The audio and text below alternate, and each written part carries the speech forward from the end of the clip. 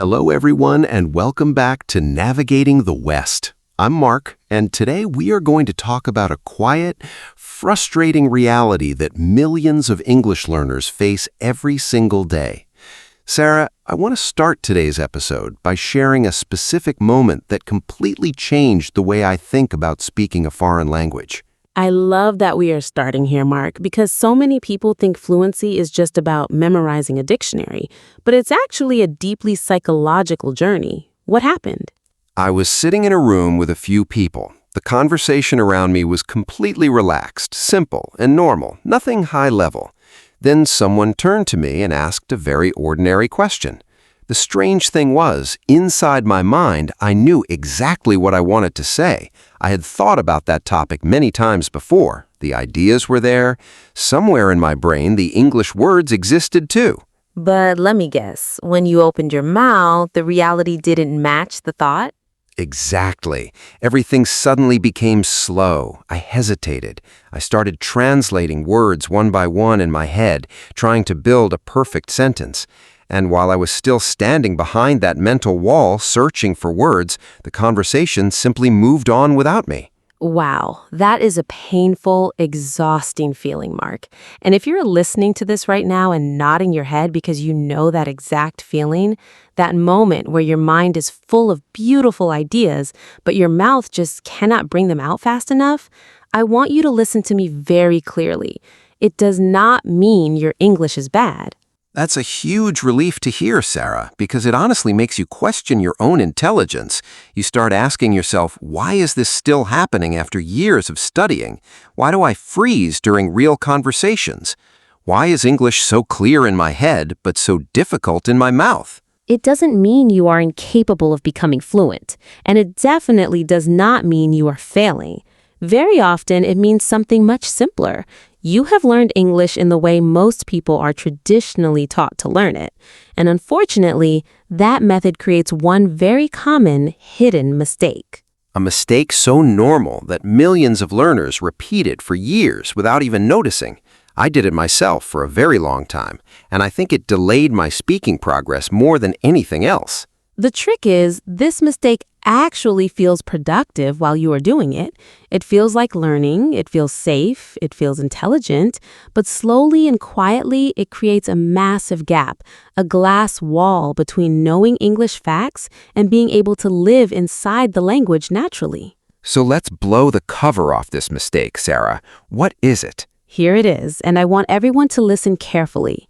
Most people study English, but very few people truly use English. Studying English versus using English. They sound so similar, but how does the brain experience them differently? When you study English, your brain is acting like a storage unit. It stores information, facts, rules, vocabulary, and grammar patterns. For example, you memorize that the past tense of go is went. You study where adjectives belong in a sentence. You look at lists of useful expressions. That knowledge is real, and it does matter. But here's the problem. Real-life conversations move too fast for your brain to search slowly through a storage unit. Right. When a native speaker asks you a question on the streets of Toronto, Vancouver, or Sydney, your brain doesn't have 10 seconds to quietly open a grammar file in your head, locate the correct verb tense, and assemble a sentence. Exactly. Conversation happens in real time. Your response needs to come quickly, almost automatically. And that shift from slow retrieval to instant expression requires something very different from textbook knowledge. It requires habit. That is the ultimate boundary line. One group of learners stores information, the other group builds automatic responses through repeated use. Think about riding a bicycle. The very first time you tried it, it felt incredibly difficult. You had to consciously think about your balance, your hands, your feet, the direction, the steering. Your brain had to control every single small action. But after enough repetition, your body simply knew what to do.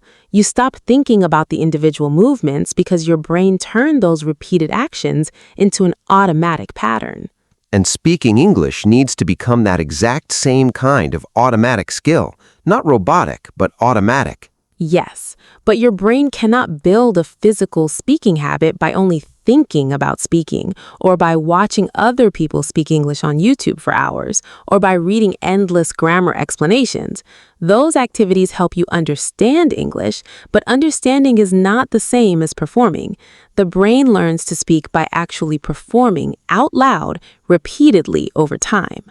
This was one of the hardest lessons for me to accept personally, because sitting quietly with notes and grammar exercises felt safe. It made me feel smart. Speaking, on the other hand, felt messy, uncomfortable, slow, and sometimes deeply embarrassing. But that messy stage mark is exactly where real fluency begins to grow. And today, we're going to show you how to step into that stage safely, even if you're completely alone. Welcome back to Part 2 on Navigating the West. If you're just joining us, Sarah and I are breaking down the wall between studying English as a school subject and actually living inside it as an automatic habit. Now, Sarah, before the break, you mentioned something that completely blew my mind. You said we don't need a language partner, an expensive class, or a native speaker standing right next to us to start building these automatic speaking pathways. How is that even possible? It surprises a lot of people, Mark, but it's rooted deeply in neuroscience. Many learners put off speaking because they are waiting for the perfect moment, waiting to find a native language partner in Canada or Australia, or waiting until they can afford a private tutor. But the truth is, you can begin building powerful speaking habits completely alone in your room, while walking outside, in your car, or even standing right in front of your bathroom mirror. I have to admit, the first time I tried talking to myself in an empty room, I felt absolutely ridiculous. I felt like I was pretending or playing a character. And that is a completely normal reaction, Mark. Many people feel incredibly silly in the beginning because we simply aren't used to speaking a foreign language out loud when nobody else is around. But scientifically, something incredibly important is happening during those solitary moments. When you produce English words out loud, even if you are completely alone, your brain activates the exact same neural speaking pathways it uses during a real high-stakes conversation. Wow, so it's like a simulator for the brain. Exactly. The tiny neural connections responsible for speech start strengthening through that physical repetition. Your mouth muscles physically practice the movements required for English pronunciation. Your ears hear the sound of your own voice using the language. And slowly, your emotional fear of producing English begins to drop. That makes so much sense. Fear usually thrives in unfamiliar situations. If your brain views the physical act of speaking English as a rare, terrifying event, it's going to freeze up every single time. Precisely, Mark. The more often you speak, the less emotionally dangerous speaking feels to your brain. This is why small, daily speaking practice matters so much more than most learners realize. It's not about making every sentence grammatically perfect. It's about sending a message to your brain that says, hey, we do this now. Speaking English is a normal, safe part of our daily life. You know, that reminds me of when I first started this habit. I remember sitting alone in my room feeling totally embarrassed, and I quietly forced out just one simple sentence. I am learning English. That was it. My voice sounded tiny, uncertain, and incredibly self-conscious. But you didn't stop there, did you? No, I didn't. The next day I did it again, but I forced myself to say 2 sentences, then 3 sentences the day after that, and a few more the following week. My grammar didn't magically transform overnight, and my pronunciation was definitely still imperfect, but the massive change was psychological. The fear grew smaller because the action became familiar. My brain stopped treating English like an unpredictable predator and started treating it like making coffee or brushing my teeth. What you experienced there, Mark, is a well-documented psychological process called exposure. Psychologists who study the human mind and human behavior use this term to describe what happens when the brain experiences an uncomfortable or stressful stimulus repeatedly in a safe environment. It's like desensitizing your brain to the stress, right? Exactly. Think about your very first day at a new job, a new university, or even driving through a heavily congested city for the first time. In the beginning, your nervous system is on high alert because everything is completely unfamiliar. But after a few weeks of repeated exposure, your brain adapts. The situation loses its emotional threat and it becomes completely normal. Language works the same way. Familiarity is the hidden foundation of confidence, and you build that familiarity one spoken sentence at a time. This is an incredibly liberating realization for our listeners. You don't need to wait to feel confident before you speak. You have to speak to build the confidence. Yes, action precedes the feeling. And to help our audience start practicing this today, right after this episode, we're going to dive into 2 incredibly practical, zero-cost exercises you can do at home. Perfect. In part 3, we are going to reveal the Describe Your World technique and a fascinating mental agility exercise called the Change One Word game. Stay tuned, listeners, because your daily routine is about to change. Welcome back to part 3 on navigating the West. If you are just waking up, pouring your morning coffee, or commuting to work, you are right on time. Sarah and I are moving away from theory and diving straight into practical, actionable tools. Sarah, you promised us 2 simple exercises that any learner can start using today, completely alone, to bridge the gap between their thoughts and their mouth. Let's start with the first one. Absolutely, Mark. This first exercise is so simple that people often underestimate it, but it does something profound inside your brain. I call it the Describe Your World technique. Wherever you are right now, sitting at your desk, looking out a window, or holding your phone, I want you to look around and simply describe exactly what you see out loud in English. No complicated grammar, right? Just raw, real-life English. Exactly. Keep it simple. For instance, you could say, I am sitting at my desk. My coffee is still warm. The window is open. I feel a little tired today. I can hear sounds outside. That's it. Just 5 short, basic sentences. It takes less than 30 seconds of your day. But what is actually happening inside the brain during those 30 seconds? Why is that small effort so valuable? Think about it, Mark. Those 30 seconds force your brain to map immediate physical reality directly onto spoken English words without a middleman. It trains your mouth to physically move in English, and it forces your brain to find vocabulary quickly without relying on slow internal translation. Little by little, it builds a direct highway between your thoughts and your speech. That highway is the real foundation of fluency. Not memorizing lists of rare words, but the ability to transition smoothly from a thought to a spoken phrase without freezing up. I love that. Before we even move to the next game, let's have our listeners practice this authority right now. Say this out loud with your real voice wherever you are. I can see something. I can describe it. Simple, but incredibly empowering. One small spoken sentence at a time. Perfect. Now, once your brain gets comfortable describing static objects, you need to teach it flexibility. And that brings us to the second exercise, which I call the Change One Word game. This game sounds intriguing. How do we play it? You start with one very short, basic sentence and say it out loud. Let's start with, I want to drink coffee. Now, the rule is you must repeat the sentence, but change only one word. Okay, let me try. I want to drink tea. Great. Now change another single word. I want to make tea. Keep going. Change the subject. She wants to make tea. And then she wants to make dinner. Wow, I see what's happening here. It feels like a puzzle, but my brain has to adjust instantly. Exactly. It sounds almost too simple to matter, but from a cognitive perspective, you're training your mind in linguistic flexibility. Instead of memorizing a rigid, frozen sentence from a textbook, you're training your brain to move fluidly inside the language structure, adjusting and reshaping ideas in real time. And honestly, that is exactly what a real-life conversation feels like. Out there in the real world, people don't follow a predictable script. They constantly change topics unexpectedly. Someone asks a surprise question, or the dialogue veers into a direction you didn't prepare for. Fluency isn't about having 100 perfect sentences pre-written and memorized in your head.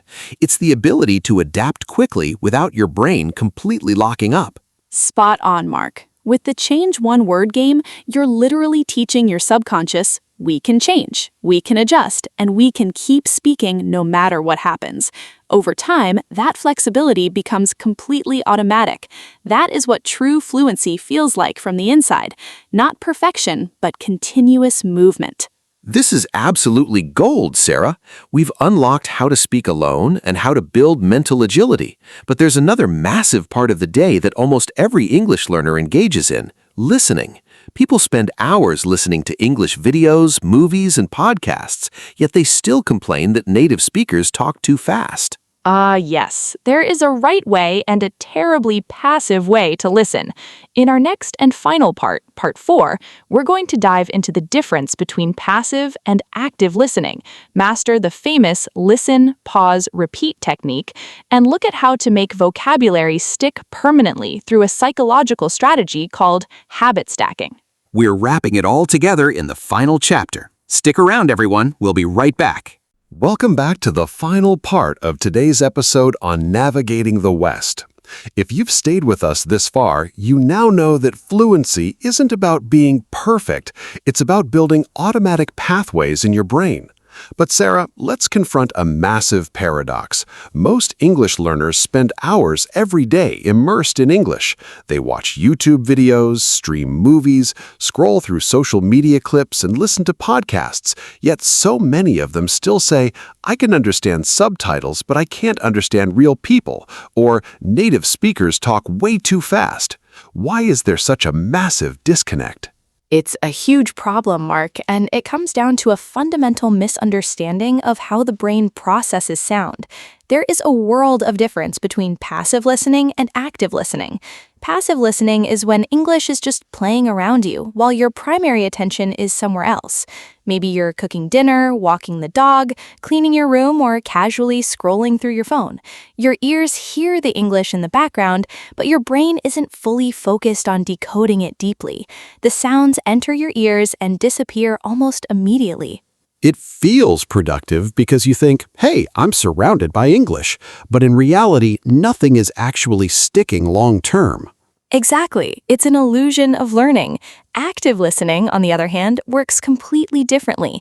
Your attention becomes entirely intentional. You stop treating English like background white noise and start treating it like a physical skill your brain must directly interact with. And the most powerful active listening method I have ever found is beautifully simple. Listen, pause, repeat. Listen, pause, repeat. Walk us through exactly how a listener should practice this tomorrow morning. You play a short piece of authentic English audio, just one sentence. Then you pause it. Immediately, you repeat that exact sentence out loud using your own voice. But here's the secret. You aren't just copying the vocabulary words, you are copying the music of English. The natural pauses, the way words melt and connect together, the speed, the emotion, and the rising and falling rhythm of real speech. In language research, experts call this shadowing, and it is considered one of the absolute fastest ways to improve your speaking and listening simultaneously. It forces your ears to actually wake up and notice the tiny details they usually ignore, right? Yes, I remember a period in my own journey where I could comfortably understand about 60% of naturally spoken English.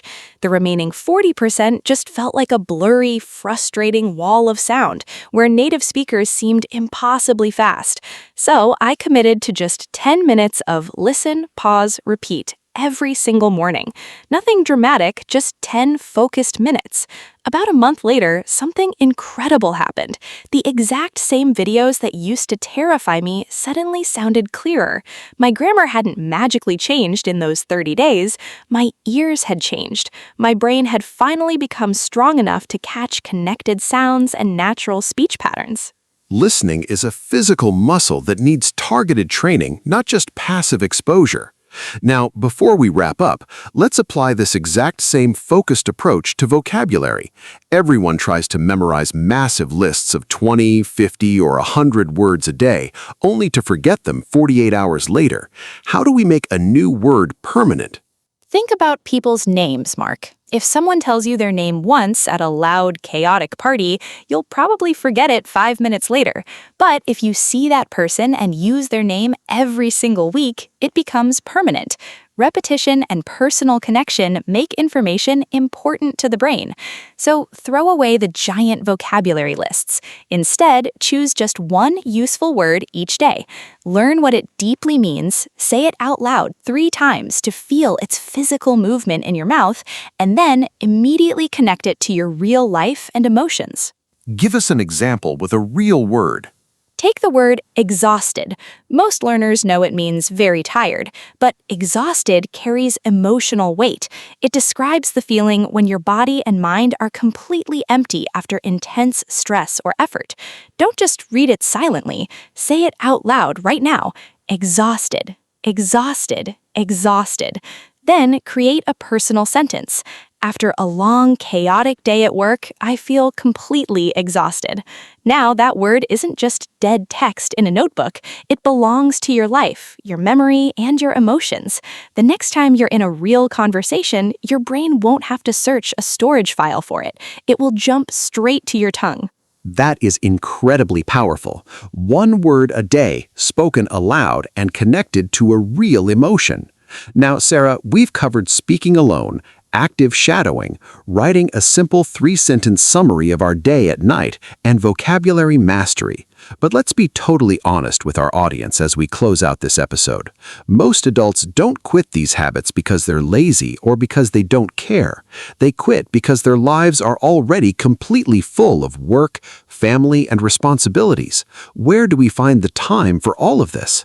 The truth is, Mark, empty free time rarely appears by magic. If you wait until you have an open, stress-free hour, you will never practice.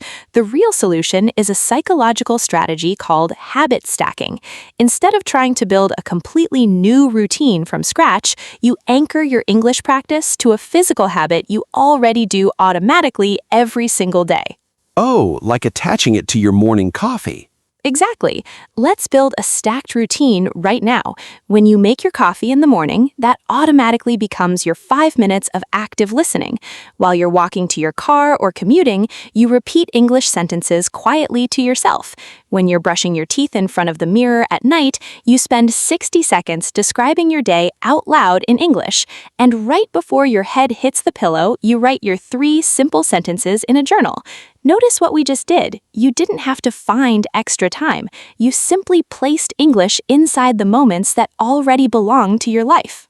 Wow, you're not changing your life for English, you're seamlessly sliding English into your existing life.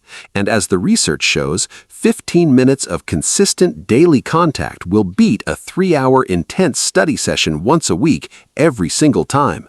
The brain learns through regular rhythm, not sporadic intensity.